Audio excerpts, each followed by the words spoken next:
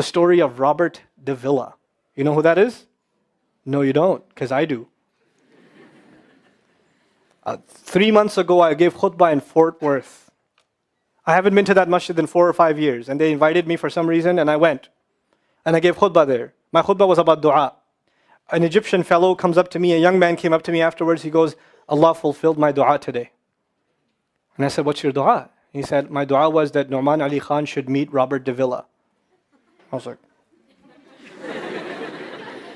are you Robert Davila? He goes, nope, I am not Robert Davila. Robert Davila is my friend. But I think Allah is fulfilling my dua. I was like, fire away, I want to know. Robert Davila is a young man who lives in a town 40 minutes past Fort Worth. He was a farmer, young guy. And he was hit with some sort of genetic disorder that kicked in later on in his life, and he became paralyzed from the neck down. And he lives in a nursing home. Most people in that nursing home are 90 years, 100 years. They're really, really old people. And then there's, his room where he's paralyzed neck down. He's the only 30-something-year-old that is in the nursing home, okay? And he's been in that nursing home for the last 10 years. His family got a computer for him that's voice activated, so he can give voice commands, put a headphone on and Google stuff and search stuff so he can surf the web and find information. In his room, and by the way, staunch Christian family, the minister comes and prays for him every week and things like that. And his best friend was in the bed next to him. One of his best friends. He became best friends because he met him at the nursing home. This person was also paralyzed and he needed a new liver. Okay? A liver transplant. He was waiting for a liver transplant. And they used to talk about, God and things like that all the time. They were good friends. Finally, his best friend got a call that there's a donor available for the liver. So he's so excited. He goes, Robert, I'm going to miss you, but I'm going. I've got a donor. So they take his friend and they go into the operation, and his friend died at the operating table. Now his friend, who's also a Christian, the deceased friend, his sister, took one of the amulets of his friend, a crucifix, and she gave it as a gift to Robert. This is a reminder of your old buddy. So he hung it on the side of his hospital bed. Robert Davila lives a pretty decent life in there. The nurses take care of him. He's a happy guy. And one day he goes to sleep and he sees a man in his dream. That man says his name is Muhammad. And he says, pointing at the crucifix, God did not send messengers so they would worship the messengers. God sent messengers so you could worship God. And Jesus was just a man. He walked in the markets and he ate food. He walked in the markets and he ate food, and the dream stopped. He only knows that Jesus was just a man. He knows there's a man named Muhammad that said that to him. He said that messengers came so people could worship God and not the messengers. This is all he knows. So he starts Googling Muhammad. He finds Islam. He takes Shahada. When he takes Shahada, he wants to learn about the Quran. So he goes on these chat sessions and finds somebody needs to teach me Quran. He finds a brother in Egypt that he gets together with on Skype to try to learn Arabic. Learned the Arabic alphabet. Once he learned the Arabic alphabet, he learned to recite the Quran. He memorized 10 surahs from his hospital bed.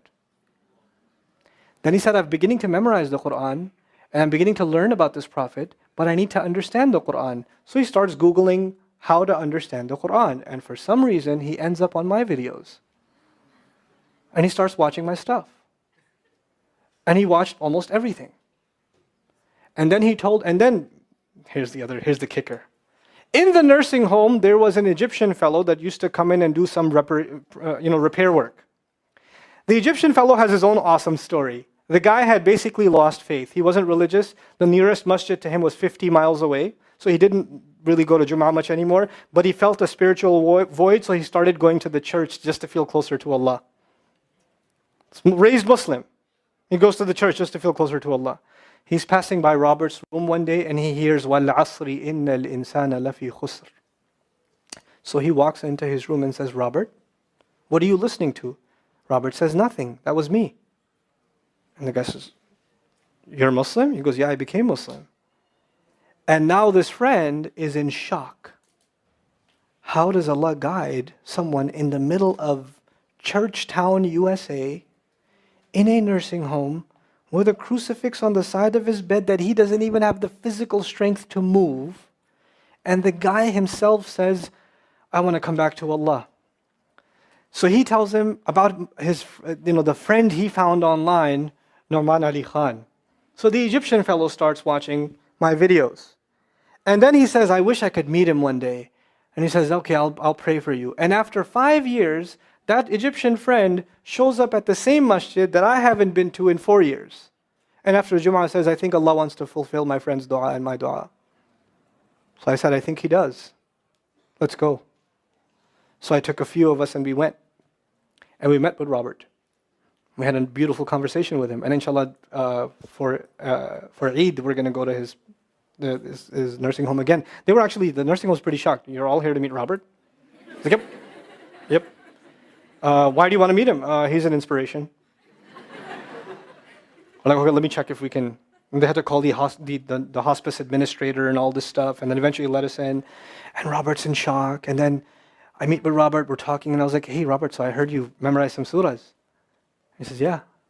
Can you recite one for me? So he recited Surah Al-Asr. Not one of us was not crying. We're just in tears. When somebody turns to Allah, don't worry about the means. Guidance will come. Balance will come. I want to tell you some more about Robert because young guys are here. Young guys that play basketball. Young guys that are healthy. Young guys that have ambition. I told you what's his paralysis, from where to where? Neck down.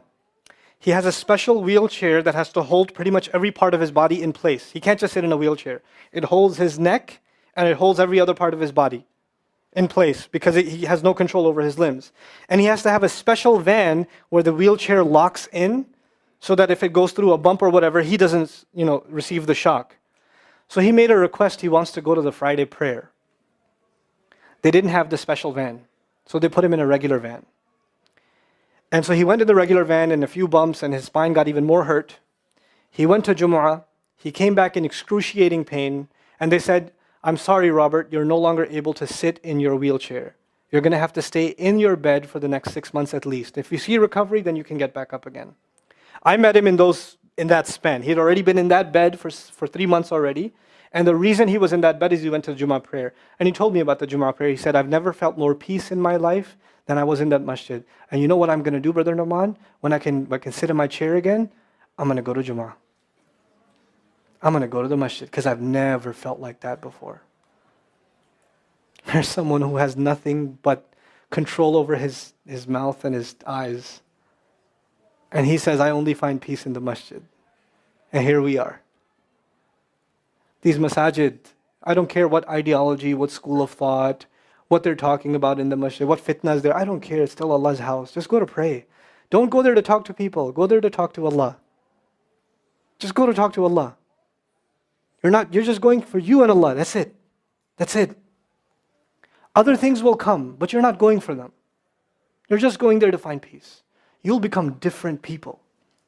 If Allah can guide Robert Davila, Allah guide everybody. And then he said, sometimes I wonder why Allah put me in this position. And then I say to myself, what am I kidding? Allah has given me so much. I am so grateful for what He gave me. And if this is the way He was going to bring me to Islam, it's all worth it. So worth it.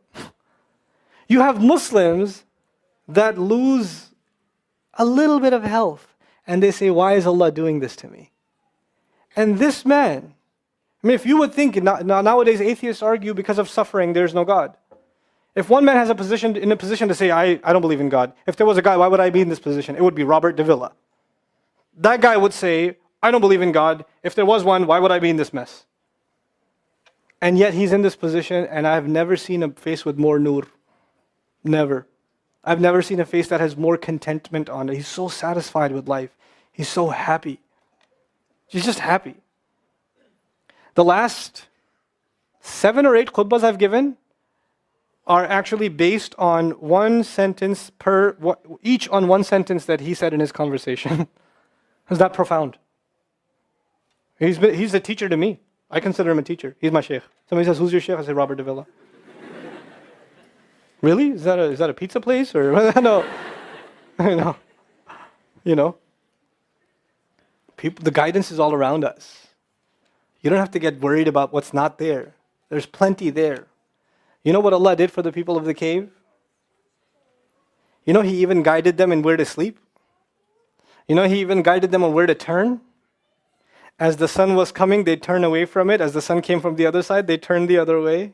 Allah will guide you in your sleep when you make dua to Him. He'll even guide you in your sleep. Every toss and turn will be guided by Allah. Can you imagine? We shouldn't be skeptical in Allah's guidance. We shouldn't worry about how am I going to find balance. No, that's Allah's job to guide you. Your job is to talk to Him. Your job is to get sincere. That is the message I have for you. That is how we're going to find balance. Honestly. And if once you do that, once you become sincere to Allah, Allah will open doors. Allah will give you friends. Allah will give you teachers. Allah will give you access to resources, all of which are going to bring you closer and closer and closer to Him and to the truth and make life better for the people around you. This is really the gist of what I wanted to share with you. I don't want to speak longer. I've spoken too long already. I love coming back to New York.